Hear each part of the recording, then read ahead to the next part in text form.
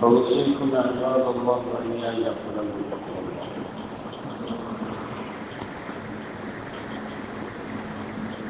கண்ணியத்திற்குரிய இஸ்லாமியர்கள், அல்லாஹ்வுடைய மிகப்பெரிய கிருபையால் 22 நோன்புகள் நம்மளுக்கு கடந்து போச்சு. இன்னும் 8 நோன்பா அல்லது 7 நோன்பா தெரியல. அல்லாஹ் சென்று விட்ட ரமலானுடைய அந்த காலங்களில் செய்த நல்லங்களை அங்கீகரித்து வரக்கூடிய அந்த காலங்களில் இன்னும் அதிகமான நல்ல அமல்களை செய்வதற்கு அல்லாஹ் தௌஃபீக் செய்வாங்க. அருமையானவர்கள், நம்ம சஹாபாக்களுடைய அந்த வரலாறுகளை தியாகங்களை நம்ம பார்த்துட்டு வரோம். நேற்றைய தினம் அபூ சித்தீக் ரலியல்லாஹு தஆலா அவர்களுடைய வரலாற்று சில விஷயங்களை நம்ம பார்த்தோம். இன்றைய தினம் உமர் ரலியல்லாஹு தஆலா அவர்களை பற்றி சில விஷயங்கள். ஆனால் உமர் ரலியல்லாஹு தஆலா பற்றி பேசுகிறாருன்னா இந்த 20 நிமிஷம்லாம் பத்தாது. பல நாட்கள் பேசணும். ஏனென்றால் மனித குலத்தில் மிகவும் ஒரு போற்றத்தக்க மாமனிதராக வாழ்ந்தவர்கள் உமர் ரலியல்லாஹு தஆலா. இஸ்லாமியர்கள் மட்டுமல்ல, மனிதர்களிலே எல்லா மனிதர்களுக்கும் ஒரு எடுத்துக்காட்டாக வாழ்ந்த ஒரு மனிதர். அதனால தான் இன்னைக்கு இஸ்லாம் அல்லாதவர்களும் அவர்களை புகழக்கூடிய ஒரு சூழல் இருக்கு. இஸ்லாம் அல்லாதவர்களும் அவர்களை புகழ்கிறார்கள். காந்தியடிகள் கூட இந்தியா சுதந்திரம் அடைந்த பிறகு சொன்ன ஒரு வார்த்தை என்னதான் கேள்விப்பட்டிருப்போம். இந்தியாவில் சுதந்திரம் பெற்றுவிட்டது என்று யாரும் நம்பிவிட வேண்டாம். இப்பொழுது உமருடைய ஆட்சி இந்தியாவில் நடக்கிறது, அப்பொழுதுதான் முழு சுதந்திரம் பெறும் என்று சொன்னார். ஏனென்றால் உமர் ரலியல்லாஹு தஆலாவுடைய ஆட்சி அப்படி இருந்துச்சு. எல்லாருக்கும் சமமான ஒரு ஆட்சி. யாருக்கும் அதாவது வசதி படைத்தவர் ஏழை இப்படிலாம் கிடையாது. நீதம் இல்லமோ அதுதான். அந்த அளவுக்கு ஒரு அற்புதமான ஆட்சிக்கு சொந்தக்காரர். அரசியலுடைய ஒரு இலக்கணம் என்று சொன்னாலும் மிகவும் இல்லை. அரசியலுக்கு அதாவது நபி ஸல்லல்லாஹு அலைஹி வஸல்லம் தவிர்த்து சொன்னார். அரசியலுக்கு ஒரு மிகப்பெரிய திட்டவர்கள், ஒரு இலக்கணம். ஒரு காலத்தில் வரக்கூடிய மனிதர்கள், அது இஸ்லாமியர்களோ இஸ்லாம் அல்லாதவர்களோ, அரசியல் ஜனநாயகத்தை எப்படி கட்டமைக்க வேண்டும், எப்படி உருவாக்க வேண்டும், எப்படி செயல்படுத்த வேண்டும் என்ற ஒரு அழகான ஒரு இலக்கணத்தை, ஒரு பாடத்தை கற்றுக் கொடுத்தவர்கள் ஹதரத் உமர் ரலியல்லாஹு தஆலா. அதனால்தான் மைக்கேல் ஹார்ட் என்று சொல்லக்கூடியவர், அமெரிக்காவை சார்ந்த மைக்கேல் ஹார்ட் என்று சொல்லக்கூடியவர், உலகத்திலேயே சாதனைகள் செய்த 1000 நபர்களை தேர்ந்தெடுக்கிறார். அந்த 1000 நபர்களில் 100 பேரை தேர்ந்தெடுக்கிறார். இந்த 100 பேர்ல முதல்ல கொண்டு வருவது யாருன்னா முஹம்மது ரசூலுல்லாஹி ஸல்லல்லாஹு அலைஹி வஸல்லம் அவர்களை கொண்டு வர்றாரு. இந்த மைக்கேல் ஹார்ட் என்பவர், அவர் கிறிஸ்டின் மார்க்க சார்ந்தவர். ஈசா அலைஹிஸ்ஸலாத்தை அதுக்கப்புறம் தான் கொண்டு வர்றாரு. 2வது 3வது இடத்துல தான் அவர் கொண்டு வர்றாரு. முதல்ல யாரை கொண்டு வர்றாரு? முஹம்மது ஸல்லல்லாஹு அலைஹி வஸல்லம் அவர்களை கொண்டு வர்றாரு. அதே மாதிரி 52வது இடத்துல உமர் ரலியல்லாஹு தஆலா அவர்கள் கொண்டு வர்றாரு. இந்த 2 பேருக்கும் ஒரு அற்புதமான காரணம் சொல்றாரு. ஏன் நான் முஹம்மது ஸல்லல்லாஹு அலைஹி வஸல்லம் தேர்ந்தெடுத்தேன். இந்த 2 பேருக்கும் அழகான காரணம். இதுதான் ரொம்ப வெற்றி பெற்ற மனிதர்கள் சொன்னா இதைத்தான் சொல்ல முடியும். வாழ்நாள வெற்றி பெறுவது ஒரு பெரிய வெற்றி அல்ல. தன்னுடைய வாழ்க்கைக்கு அப்புறமும் அவர்களுடைய செயல்பாட்டுகளை, அவர்கள் கொண்டு வந்த நிலைமுறைகளை அந்த மக்கள் பின்பற்றுகிறார்கள். இதுதான் மிகப்பெரிய வெற்றி. இத்தனை குடும்பங்கள்ல ஒரு காலத்துல கட்டமைப்பா இருப்பாங்க, பெரிய கட்டமைப்பா இருப்பாங்க. அவங்க சொன்னா அதுதான் எல்லாரும் குடும்பத்தை கட்டுப்படுவாங்க. அப்படித்தான் ஒரு காலத்துல இருந்துச்சு. இப்ப அந்த கட்டுக்கோப்பை கிடையாது. தான் குடும்பத்தில் உள்ள ஆட்களை தான் குடும்பத்தில் பிடிக்காத சொல்ல வைக்கிறது இல்லை. நான் அவர்களுக்கு சொல்றது ஏன் இஷ்டப்படிதான் நடந்தாங்க. அப்ப அந்த மாதிரியான நிலைப்பாடுகள் வரும்போது அந்த குடும்பத்துல ஒரு ஒற்றுமை, ஒரு கட்டமைப்பு, ஒரு நிம்மதி எதுவுமே நமக்கு. இவர் ஏன் நான் முஹம்மதை கொண்டு வந்தேன் என்று சொன்னால் அதற்கு ஒரு காரணம் சொல்றார். எல்லா தீர்க்கதரிசிகளும் வந்தார்கள், தலைவர்கள் வந்தார்கள், அது அவங்க காலோட முடிஞ்சு போச்சு. ஆனால் 1400 ஆண்டு காலமாக அவர்கள் சொன்ன வார்த்தையை இன்றும் கொஞ்சம் கூட மாற்றம் இல்லாமல் நடக்கக்கூடிய ஒரு சமூகம் இருக்கிறது என்று சொன்னால் அது முஹம்மது ஸல்லல்லாஹு அலைஹி வஸல்லம் சமூகம் தான். அதனால்தான் அவர் நான் ஃபர்ஸ்ட் கொண்டு வந்தேன் என்று அவர் காரணம் சொல்றாரு. அதே மாதிரி ஏன் உமர் ரலியல்லாஹு தஆலா 52வது இடத்துல நான் கொண்டு வந்திருக்கிறேன். எல்லாருக்கும் ஒரு ஆச்சரியப்படலாம். ஏன் 52வது ஆளாக இருக்கிறது அவசியம் கிடையாது. நம்ம இஸ்லாமிய சமூகத்தை பொறுத்தவரை உமர் ரலியல்லாஹு தஆலா அவ்வளவு பெரிய தாண்டி இடத்தை கொடுக்கவில்லை. நம்ம எத்தனை இடத்தை கொடுத்திருக்கிறோம்? 3வது இடத்தை கொடுத்து வச்சிருக்கிறோம். நபிமார்களுக்கு அடுத்த அந்தஸ்து கடைசி, நபிமார்களை சிறந்தவர்கள் பெருமானார் ஸல்லல்லாஹு அலைஹி வஸல்லம். அவர்களுக்கு அடுத்த அந்தஸ்து யாரு? அபூபக்கர் சித்திக் ரலியல்லாஹு தஆலா. அதுக்கு அடுத்த அந்தஸ்து யாரு? உமர் ரலியல்லாஹு தஆலா. இஸ்லாமிய உலகம் அவர்களுக்கு 3வது இடத்தை கொண்டு வச்சிருக்கு. இதுல எந்த மாற்று கருத்து இல்லை. ஒரு இஸ்லாமியனுக்கு 52வது இடத்தை கொடுக்க முடியாது. ஆனா அவர் ஏன் கொண்டு வந்தாருன்னு சொன்னா அதுக்கு பலவிதமான காரணங்கள் சொல்லி நான் 52வது இடத்தை கொண்டு வந்திருக்கும் போது உங்களுக்கு ஒரு வியப்பாக தெரியலாம். ஆனால் உலகத்தில் மாவீரர்கள் என்று போற்றப்படக்கூடிய அந்த வீரர்கள் எல்லாரும் விட ஃபர்ஸ்ட் நான் கொண்டு வந்திருக்கிறேன். ஃபர்ஸ்ட் அவர்தான் 52வது இடமாக இருந்தாலும் உலகத்தை புரட்டி போட்ட சாதனை படைத்த மாவீரர்கள் என்று சொல்லக்கூடிய மனிதர்களில் முதல்ல யாரை கொண்டு வந்திருக்கிறேன்? உமர் ரலியல்லாஹு தஆலா அவர்களைத்தான் நான் கொண்டு வந்திருக்கிறேன். அதற்கு என்ன காரணம் அப்படின்னு சொன்னா, உலகத்தில் எத்தனையோ வீரர்கள் இருந்தார்கள்.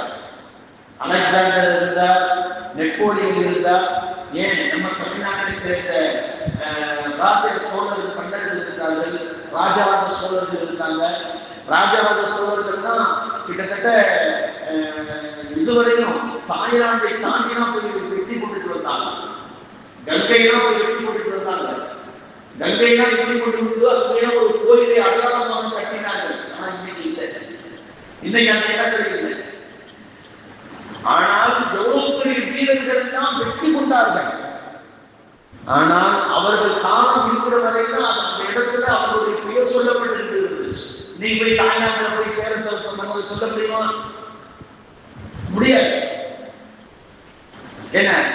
ஆனால் உமர் ரலியல்லாஹு தஆலா சொல்றாரு, உமர் இருக்கிறாரு. உமர் ரலியல்லாஹு தஆலா எந்த இடத்தை வெற்றி கொண்டாரோ இன்னைக்கும் அது இஸ்லாமிய வசமாக இருக்கிறது. அவருடைய பெயர் சொல்லிக் கொண்டே இருக்கிறது. உமர் என்று சொன்னாலே ரலியல்லாஹு தஆலா என்று சொல்லக்கூடிய மனிதர்கள் அங்கு வாழ்ந்து கொண்டிருக்கிறார்கள். கிட்டத்தட்ட 2.5 லட்சம் சதுர கிலோமீட்டரை ஆட்சி செய்தவர்கள் யாரு? உமர் ரலியல்லாஹு தஆலா. இஸ்லாமிய மிகப்பெரிய வளர்ச்சி அடைந்த மிகப்பெரிய சாதனை அல்ல, மிகப்பெரிய சாதனை. எல்லா கைசர் இஸ்லாம் மன்னர்கள், அதாவது ஒரு நாடுகள், பாரசீகம், ஈரான் எல்லாம் அவருடைய காலடியில் வந்து கிடந்துச்சு. இன்னைக்கு என்ன தெரியுமா ஆச்சரியமான விஷயம்? வரலாற்றில் எழுதுவாங்க, உமர் ரலியல்லாஹு தஆலா எங்கேயும் போனதில்லை. அதாவது பெரிய விஷயம். மதீனாவை விட்டு எங்கேயும் அவங்க போனதே கிடையாது.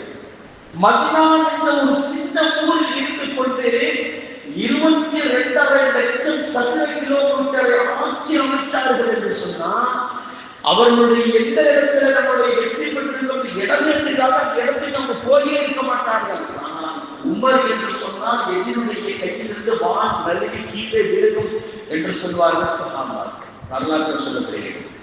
உமர் என்று சொன்னால் அந்த நீதம் நிலைநாட்டப்படும். நீதம் நிலைநாட்டப்படும். எவ்வளவு பெரிய பேர் ஒரே ஒரு தடவை தான் வெளியே போயிருக்கிறார்கள். தன்னுடைய மதினமா நகரை வெளியே போனது ஒரே சொல்லப்பட்டதான். ஜெருசலத்தை பைத்துல் முகத்தஸ் வெற்றி பெறும் போது அந்த அது என்ன அது கீழே சரித்திரம், அது பின்னால நான் உங்களுக்கு சொல்றேன். அது அந்த வெற்றி பெற்றது அது பெரிய சரித்திரம். அது உண்மையிலேயே உபர்வர்கள் படிக்க படிக்க இப்படி நம்மளுக்கெல்லாம் அப்படி ஒரு விதமான ஜிப்புன்னு ஏறும். ஆனா இந்த உள்ள இஸ்லாமியர்களுடைய நிலையை பார்க்கும்போது அந்த வம்சத்தில் வந்தவர்களா நாம் இவ்வளவு கோடைத்தனமாக உட்கார்ந்து இருக்கிறோமே என்று எண்ணக்கூடிய அளவுக்கு இருக்கு. இன்னைக்கு ஆட்சி அதிகாரத்துக்கு வந்துட்டா ஊரா சுத்தம், நாடு நாடா சுத்தம், என்னென்னமோ பிளைட்ல போறதுக்கு 8,000 கோடிக்கு தனியா பிளைட்டே செஞ்சு வச்சிருக்கான்.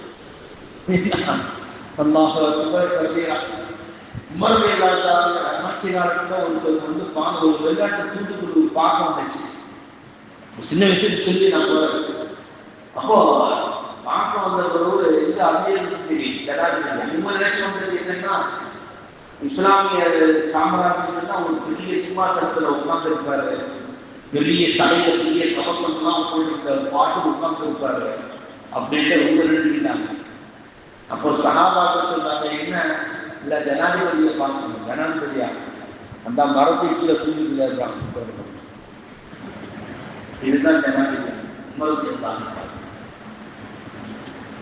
ஆனால் உலகத்தையே ஆட்சி படைத்தவர்கள் இன்னும் கொஞ்சம் நாளை இருந்திருந்தா உலகத்தையே ஆட்சி பண்ணலாம் சொல்ல முடியாது. அந்த அளவுக்கு ஆட்சி அதிகாரம் பவர் இருந்துச்சு. ஒரு ஆட்சி செய்யக்கூடிய பவர் சொன்ன அதை கரெக்டா செயல்படுத்தக்கூடிய ஒரு, அதாவது தானும் வாழ்ந்து பிறரை வாழ சொன்னாங்க.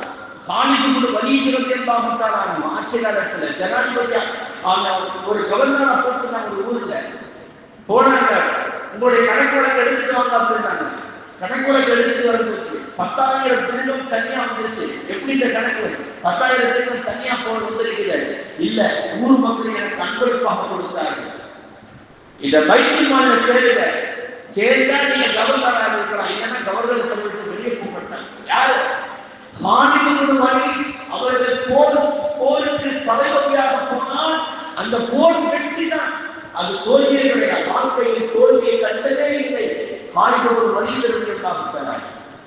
அவர்கள் வெற்றி பெற்ற எல்லா போர்களும் அவர்கள் வெற்றி பெற்றவர்கள் தான்.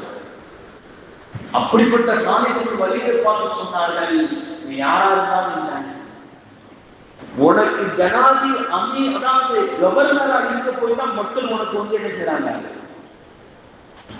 அன்பளிப்பு தர்றாங்க.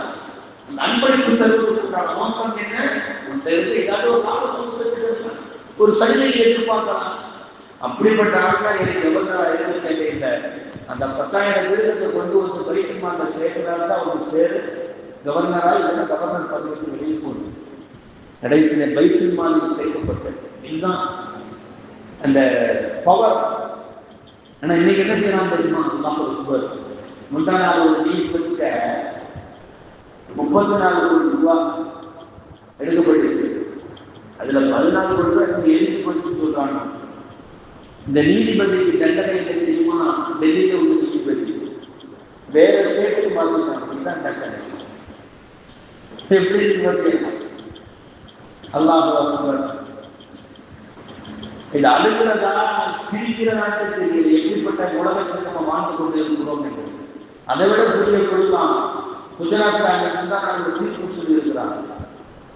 கேட்கறதுக்கு மனசு குதிக்குது. அப்படியே அதிகமான பெண்கள் கிட்டத்தட்ட அதாவது 64,000 கணக்கு சொல்றாங்க. இந்த 10 ஆண்டு காலங்கள் பெண்கள் மாயமா கடத்தப்பட்டிருக்கிறாங்க. அதுல 34,000 பெண்களை காணல. எங்க இருக்கிறாங்க என்ன தெரியல. இது ஒரு புறம் இருக்க, தீர்ப்பு சொல்லியிருக்கிறான். குஜராத்தில் உள்ள ஒரு நீதிபதி 11 வயசு ஒரு பெண்ணு மாளிகையில் தொல்லை கொடுத்துட்டாரு. இதுக்கு நீதிமன்றங்களுக்கு தீர்ப்பு கொடுக்கும்போது அல்லாஹ் காப்பாற்றணும், தன்னுடைய அந்த பெண்ணுடைய மார்பை கை வைத்தது குற்றம் அல்ல, அது மாளிகையில் தீர்ப்புதலாக வராங்க. எப்படி தீர்ப்பு கொடுக்குறாங்க? அடே அப்பா, அவன் தப்பு செஞ்சிட்டான்னு சொல்றான், அது ஒரு குற்றமாக பார்க்கப்பட மாட்டாது. அவன் கற்பழித்தால்தான் அது பாலியல் தொல்லையாக அது மாறும். ஆடைகளை கலைத்தாலோ அல்லது தன்னுடைய மார்பகத்தில் கையை வைத்தாலோ அது குற்றமாக பார்க்கப்படாது. நீதிபதி நீதி சொல்லக்கூடிய அளவுக்கு நீதி செத்து போய் கிடக்கிறது. ஆனால் உமரது நீதி எப்படி இருக்கு தெரியுமா? நீதி எப்படி இருந்தது தெரியுமா? அங்க என்னன்னா, அந்த பெண்ணு தாழ்த்தப்பட்ட ஜாதியை சார்ந்தவர். அதுதான் அங்க உள்ள பிரச்சனை. குஜராத்தில் இருந்த அந்த பெண்ணுடைய தாழ்த்தப்பட்ட ஜாதியை சார்ந்தவர். உமரது இல்லாதவருடைய ஆட்சி காலத்துல நல்ல பேர், அவருடைய பேர் மனசடிக்கு வரமாட்டாங்க.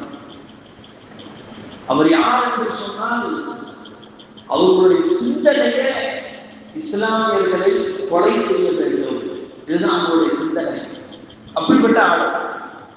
அந்த கூட்டத்துடைய தலைவனை கைது செஞ்சு வந்தாச்சு. கைது செஞ்சு வந்தாரு. நல்ல பேர் வரமாட்டாங்க. அவரை பிடிச்சிட்டு வந்தாச்சு, படையெடுப்பு பிடிச்சிட்டு வந்தாச்சு. ஜனாதிபதி முன்னாடி நிற்கிறாங்க, ஊருக்கு முன்னாடி நிற்கிறாங்க. ஊருடைய தலைவர், அந்த கொல்லக்கூட்டத்துடைய தலைவர், அவருடைய அதாவது இன்றைய காலத்தில் RSS எடுத்துக்கிறது. அப்படிப்பட்ட ஒரு தலைவருடைய ஒரு கூட்டத்துடைய ஒரு தலைவரை கொண்டு வந்து வச்சாச்சு. ஊர் மக்கள் எல்லாம் நிற்கிறாங்க. மேடையில தூக்கு மேடையில நிற்கிறாரு. இப்போ உமரது சொல்லுவாங்க, நீ இஸ்லாத்தை ஏற்றுக்கிறியா, உனக்கு சொல்ல விட்டுறதா? யாரு? அவருடைய முழு மூச்சே இஸ்லாமியர்களை கொள்ள வேண்டும், இதுதான் அவருடைய நோக்கமே. அவர் அப்படித்தான் அந்த ஊரை உருவாக்கி வச்சிருந்தாரு, படைகளை உருவாக்கி வச்சிருந்தாரு. அப்போ அவர் சொல்றாரு, இல்ல முடியாது, நான் இஸ்லாத்தை ஏற்றுக்கொள்ள முடியாது. அப்படி என்றால் உங்களுக்கு தூக்கு தண்டனை தான், நான் ஏற்றுக்கொள்கிறேன் அப்படின்னு அவர் சொல்றாரு. சரி சரி, தூக்கு தண்டனை கைதிகள் கடைசியில் கேட்பாங்கல்ல, உங்களுக்கு என்ன கடைசி ஆசை? அவர் சொன்னாரு, எனக்கு ஒரு ஆசைகள் இருக்கிறார். ஜனலுக்கு கேட்கிறாங்க, எனக்கு ஒரே ஒரு டம்ளர் தண்ணி வேணும், எனக்கு ஒரே ஒரு டம்ளர் தண்ணி வேணும். சரி, தண்ணியை கொடுத்தாச்சு, கையில் வச்சிருக்கிறாங்க. ஜனாதிபதி அவர்களே, எனக்கு கொஞ்சம் அச்சமா இருந்தது. என்ன, இந்த தண்ணீரை குடிக்கிறதுக்குள்ள நீங்க என்னை தூக்குல போட்டுவீங்களோட அச்சமா இருக்கு. உமர் சொன்னாங்க, இந்த தண்ணீரை நீ எப்ப குடிச்சு முடிக்கிறியோ அதுக்கப்புறம் தான் உங்களுக்கு தூக்கு தண்டனை அப்படின்னு சொன்னாங்க. அவனுக்கு தண்ணி கீழே எப்படி குடிக்க முடியும்? சொன்னது தண்ணீரை குடித்து முடிக்கும் போது உனக்கு தூக்கு தண்டனை இல்லை, நீங்க கீழே குடிக்க முடியாத, தூக்கு தண்டனை கேன்சலா போயிடுச்சு. அந்த புத்தியை அவங்க யூஸ் பண்ணாங்க. ஆனால் அவனுக்கு தெரியும், ஒவ்வொரு நீளமான ஆள் எவ்வளவு பெரிய பகையாக இருந்தாலும் நீளத்திற்கு அவர் விட்டு கொடுக்க மாட்டார். உமருக்கு தெரியும், ஆனா நம்மளால தான் என்ன செஞ்சிருவான், தண்டனை தான் நம்ம சொல்லிடுவோம். என்னன்னா தண்டனை தான் சொன்னாங்க. பிற்காலத்தில் உமர் படித்திருக்க வேண்டும் என்பதற்காக நீதியை விட்டுக் கொடுத்து விட்டார் என்ற படிச்சு கொடுத்துவிடக் கூடாது என்பதற்காக வேண்டி, நான் சொன்னதற்காக வேண்டி ஓடி நான் சிரோடு போக சொல்லிட்டாங்க. ஏன்னா பழிவாங்க மிகப்பெரிய இஸ்லாத்துடைய எதிர்ப்பு, பழிவாங்கி விட்டார் என்ற அபச்சொல் வந்துவிட வேண்டும், வந்துவிடும். அதனால நான் என்ன செஞ்சிட்டேன், உன்னை நான் விட்டுறேன் அப்படின்னு சொல்லி சொன்னாங்க. இப்ப அவர் சொல்றாரு, நான் இஸ்லாத்தை ஏற்றுக்கிறாரு, இஸ்லாத்தை ஏற்றுக்கிறாரு. ஆச்சரியமா போச்சு எல்லாரும், எப்படிப்பா நீ இஸ்லாத்தை ஏற்றுக்கிறாரு? அப்புறம் நான் கேட்டதுக்கு இஸ்லாத்தை ஏற்றுக்கிற மாட்டேன் அப்படின்னு. அவர் சொன்னார், நான் மிகப்பெரிய தலைவர், நான் அப்பொழுது இஸ்லாத்தை ஏற்றிருந்தால் உமருக்கு பயந்து இஸ்லாத்தை ஏற்றுக்கொண்டதாக ஆகிவிடும். ஆனால் இப்பொழுது உமருடைய நீதத்திற்கு நான் அந்த அடிப்படையை நான் இஸ்லாத்தை ஏற்றுக்கொள்கிறேன். என்னை பழிவாங்கலாம் எல்லா உரிமைகளும் 100% உரிமைகள் இருக்கிறது. நான் கையை கீழே ஒன்றினால சும்மா விட முடியுமா? எனக்கு 100% எனக்கு நீ பழிவாங்கலாம். ஆனால் உன்னுடைய நீதத்தை நான் பார்த்தேன், சோதித்து பார்த்தேன். நீதத்தை என்னை பழிவாங்குவதை விட நீதத்திற்கு நீங்கள் முக்கியத்துவம் கொடுத்தீர்கள். அதனால நான் இஸ்லாத்தை ஏற்றுக்கொள்கிறேன் என்று அவர் இஸ்லாத்தை ஏற்றுக்கொள்கிறாருன்னா நீதம்னா இப்படிதான் இருந்துச்சு. உமரது வந்தாங்க, யாரை பற்றி பயப்படுவாங்க, யாருக்கும் எதுவும் கரெக்டா நீதம் செய்வார்கள். அதனால்தான் இன்றளவும் உமரது அவர்களை பற்றி பேசப்படுகிறது. 1400 ஆண்டுகளுக்கு அப்புறமும் உமரது அவர்களை பற்றி பேசப்படுகிறது என்று சொன்னால் அவர்களுடைய நீதமான கண்மணி முஹம்மது ரசூலுல்லாஹி ஸல்லல்லாஹு அலைஹி வஸல்லம் நிறைய ஹதீஸ் உமரது பற்றி சொல்லியிருக்கிறாங்க. ஆனா ஒரு ஹதீஸ் சொல்லுவாங்க, இன்னல்லாஹ யன்திகு அலா லிசானி உமர்.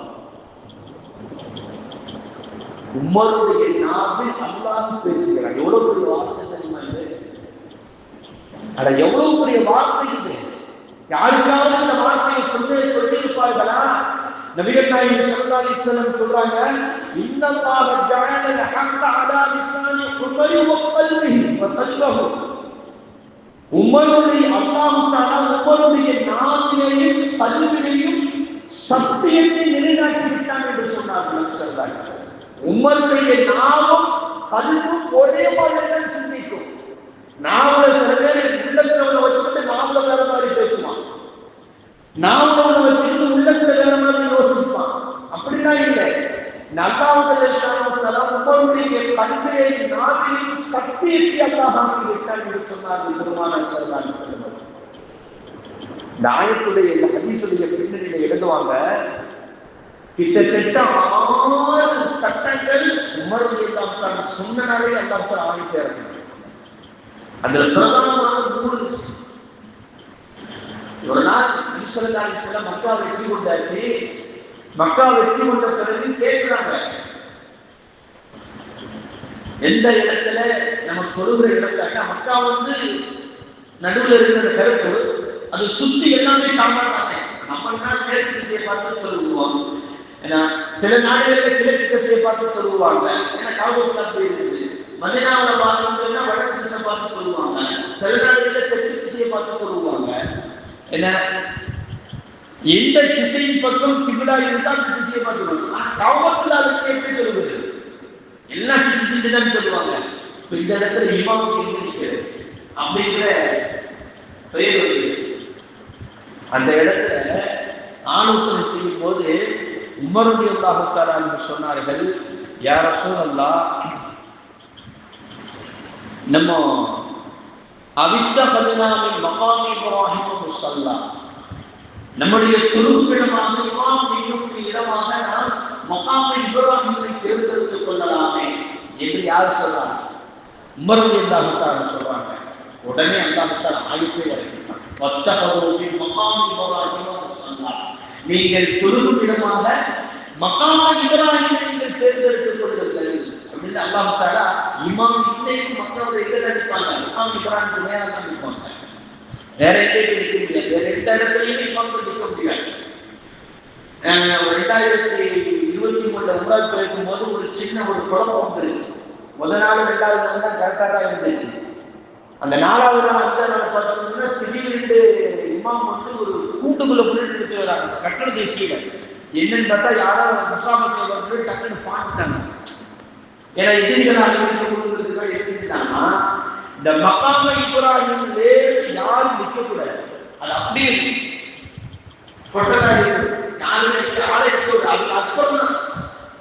அந்த கல்லுக்கும் மகாம இப்ராஹிமுக்கும் இடையில யாருமே நிற்க கூடாமல் அதுக்கு நேரமா விட்டு தொழுவிச்சார். வேற எந்த இடத்திலும் காபத்துல்லாஹ்வை தொழுவதற்கு இமாம் நிற்பதற்கு சாத்தியமே கிடையாது. ஏன்னா அல்லாஹ் குர்ஆனில் சொல்லிவிட்ட ஒரு விஷயம். அந்த முடிவு யார் செய்ய முடிவது? உமர் ரலியல்லாஹு தஆலா அவர்கள் செய்ய முடிவு. அதே மாதிரி நபிகள் நாயகம் ஸல்லல்லாஹு அலைஹி வஸல்லம் இந்த பார்க்கிறதுக்கு வந்தாங்க. யார சொல்லலாம்? அப்போ ஹிஜாபுடைய சட்டமே வரல. ஹிஜாபுடைய சட்டம், பெண்கள் முகத்தை மறைக்கின்ற சட்டம் வரல. யார சொல்லலாம்? உங்களுக்கு நல்லவர்களும் வருகிறார்கள், பாவிகளும் வருகிறார்கள். சட்டத்தை கேட்டு உங்க வீட்டில் பெண்கள் இருக்கிறார்கள், அவர்களை எந்த கண்ணோட்டத்தில் அவர்கள் பார்ப்பார்கள் என்று யாருக்கும் தெரியாது. நல்லவன் நல்ல கண்ணோட்டத்தில் பார்ப்பான், தீயவன் தீய கண்ணோட்டத்தில் பார்ப்பான். அதனால பெண்களுக்கு மறைவாக இருக்க வேண்டும் என்று ஒரு சட்டத்தை போட்டார் என்ன அப்படின்ட்டு தான் உமரது எழுத்தாளர்கள் சொன்னாங்க. அடுத்த கிழமை அல்லாஹ் ஆயத்தை இறக்கி விட்டான். குல் யாயுன குல்லி அஸ்வாஜிக யாயுன நபி குல்லி அஸ்வாஜிக இன் குன்துன துரிதுன ஹயா, அதாவது குல்லி அஸ்வாஜிக வ பனாத்திக வ நிசாஉல் முஃமினீன யுத்ரீன அலைஹின்ன மின் ஜலாபிஹின்ன, உங்களுடைய மனைவிமார்களிடத்திலும் உங்களுடைய பெண்களிடத்திலும் உலகத்தில் உள்ள எல்லா பெண்களுக்கும் நீங்கள் சொல்லுங்கள், முகத்துக்கு முன்னால திரையை போட்டுக் கொள்ளுங்கள் என்ற ஹிஜாபுடைய சட்டத்தை இப்பதான் அல்லாஹ் இருக்கிறான்.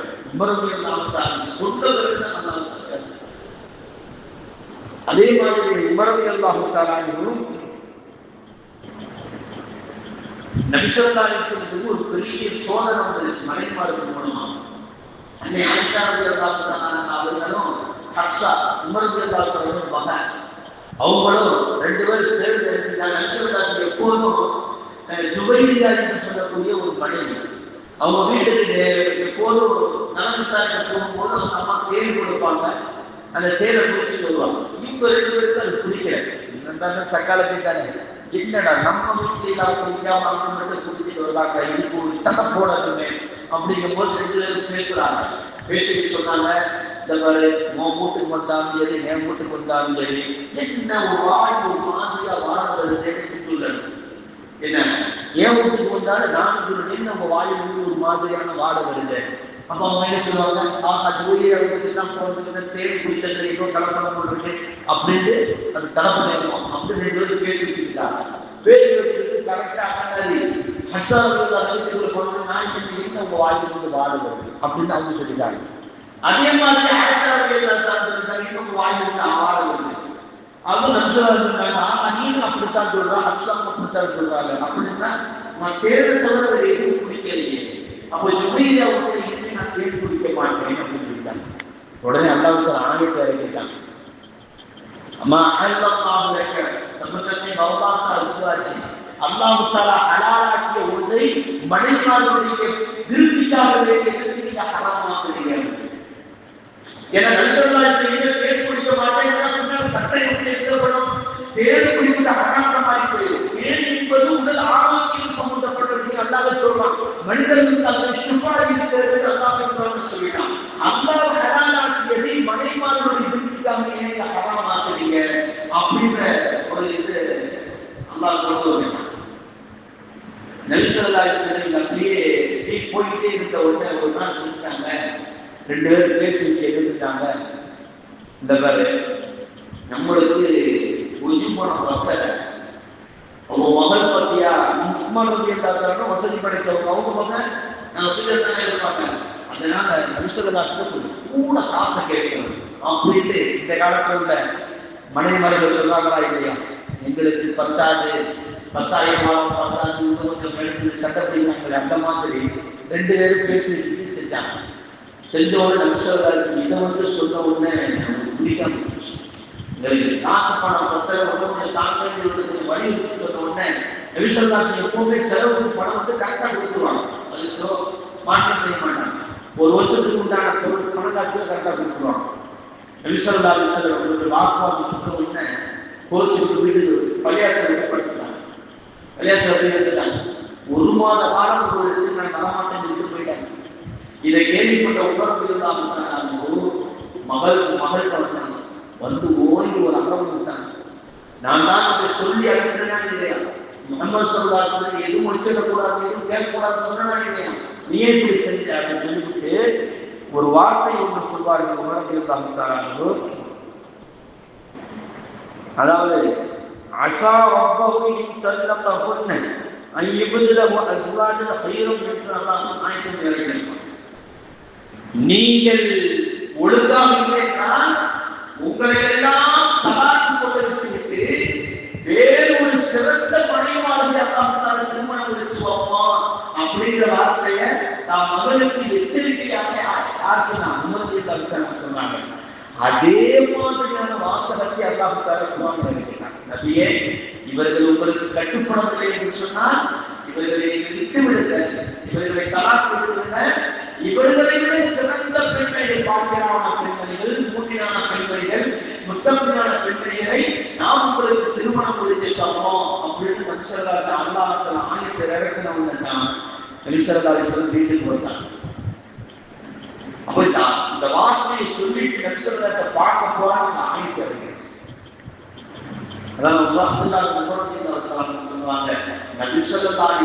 என்றைக்கு அல்லாஹ் உங்களுடைய நாவிலையும் உள்ளத்திலையும் சத்தியத்தை நிலைநாட்டி விட்டார் என்று சொன்னார்களோ, மூணு கட்டத்தில் அவர்களுடைய அபிப்பிராயம் பிரகாரம் அல்லாஹ் ஆயத்து இறக்கினார் என்று சொன்னார்.